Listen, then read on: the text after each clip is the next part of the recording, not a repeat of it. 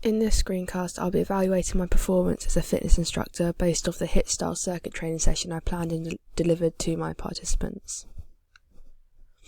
So I gathered some feedback from the group of people that took part in my circuit training session, and this is what they had to say. The strengths they found were that I was motivating, I explained the stations well, and I gave them different adaptations for certain people in different situations. However, areas for improvement, they said it could be more spread out. The stations were a bit similar, and they didn't enjoy how many times they had to repeat certain exercises. In terms of my personal strengths and weaknesses of the session, I feel that my strengths were the demonstration, control of the group, and adaptations. I think my demos were clear, and I accompanied them with verbal instructions too for clarity. I then checked that people understood what it was I had shown them and asked them if they were all capable of doing the exercise. I felt like I had good control of the group and was able to hold my own quite well within the group, keeping them on track and making sure they were doing what was asked of them and carrying out the exercise properly. I also feel like my ability to adapt to my situation and environment was a strength. I'd originally planned for my session to take part in the sports hall, however that space was no longer available and I had to use netball courts instead. And then I also had to adapt it for a couple of people in my group who were suffering from injuries and changing the exercises slightly to make it a bit easier for them. One of my weaknesses was my lack of preparation. I took quite a while to get all of the equipment out and then set it up, which meant I wasted time during the actual session and left the participants standing around for a bit. I also felt that I could have been more enthusiastic and motivated the participants more within the activity as they feed off my energy,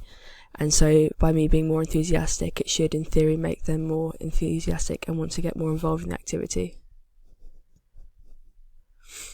In terms of the adaptations and changes I had to put in place, I'd originally planned my session to take part in the sports hall because it was close to where all the equipment was and because it eliminated some of the factors such as weather interfering with the session. It was also a safer place in terms of any additional hazards such as sharp stones and things like glass, as they wouldn't be present in the sports hall, but there was a possibility for them to be there when outside. So the sports hall was no longer available when it came to carrying out the session, and instead I had to use the netball courts. This meant I had to go and carry the equipment from further away, which took a bit longer, something I forgot to consider. And then also meant that some of my equipment, such as the hurdles, kept blowing over because of the wind, so I had to stand on them to keep them still. Another adaptation to my session was that I'd originally planned my session for 4 people, which is why I planned 4 stations, because I intended on having one person on each station so they could keep on working consistently for the entire time without having to wait for someone else to finish their exercise and share the station equipment with. However, I ended up having 6 people, which meant that there would be 2 people at 2 of the stations, and so I had to go and get extra equipment so 2 people could work on the box jumps at the same time. Another adaptation I had was that one of the people taking part had a previous back injury, and so to not aggravate this further, I told them that they didn't have to do the jumping exercises and gave them alternatives they could use instead, which would not affect their back in the same way. Another person developed knee pain halfway through, so I gave them different options such as doing a normal squat instead of a jump squat, and advised them to not use their injured leg when performing single leg hops over the hurdles, as well as just letting them slow it down and go at a slower intensity. Then another person said that jumping was starting to make them feel sick, so for the box jump I decreased the height to one which they felt was more manageable and comfortable. So if I were to do this session again, I would make sure I prepared my equipment early and set it up before people arrived to avoid wasting time. I'd be more enthusiastic to try and engage them more and make it a bit more lively and fun for them to enjoy.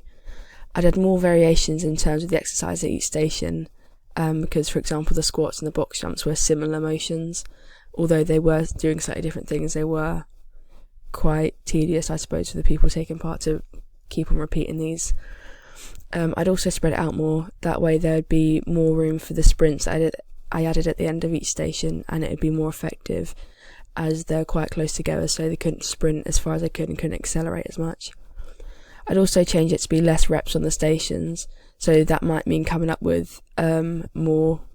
variations of the exercises so that they're visiting the stations less times, because in mind they're visiting each station 3 times, so maybe if I had them visiting each one twice and just had an extra set of different exercises just to stop it from becoming boring and tedious. So this course, the Level 2 Certificate in Fitness and fitness instruction covers anatomy and physiology, maintaining health, safety and welfare, programming safe and effective exercise programs, communicating skills and supporting clients. It's free for 16 to 18 year olds, however anyone older will have to pay certain fees to cover the resources, as it's run by YMCA, which is aimed at youths. The course typically takes around 3 months to complete, or at least that's the amount of time they give you to do it. However, obviously the quicker you try to do it and the more effort you put in, the sooner you'll finish it. The course typically is taught to you in different ways, such as lectures, group work, practicals, coaching, discussions and individual support. I feel like this would be a good one for me to do because it would increase my confidence, as I'd have more knowledge on what I'm doing, and it means I could add more variations and I'd be better on the spot at giving progressions to different people, and I wouldn't have to plan everything so specifically, because I would have the knowledge to be able to make changes on the day and give alterations to the different people taking part. In terms of SMART targets for my development as a fitness instructor, a short-term target could be to repeat the session I'd already planned, but with the considerations I'd previously mentioned put in place, and to do that over the next 2 weeks. A medium-term target would be to observe 4 similar HIIT-style circuit training sessions within the next 2 months, so that I'd be other instructors, watching them, seeing what they're doing and learning from the different things that they do, so I could incorporate that into my own. And a long-term target would be to complete the YMCA Level 2 certificate in fitness instructing within a year.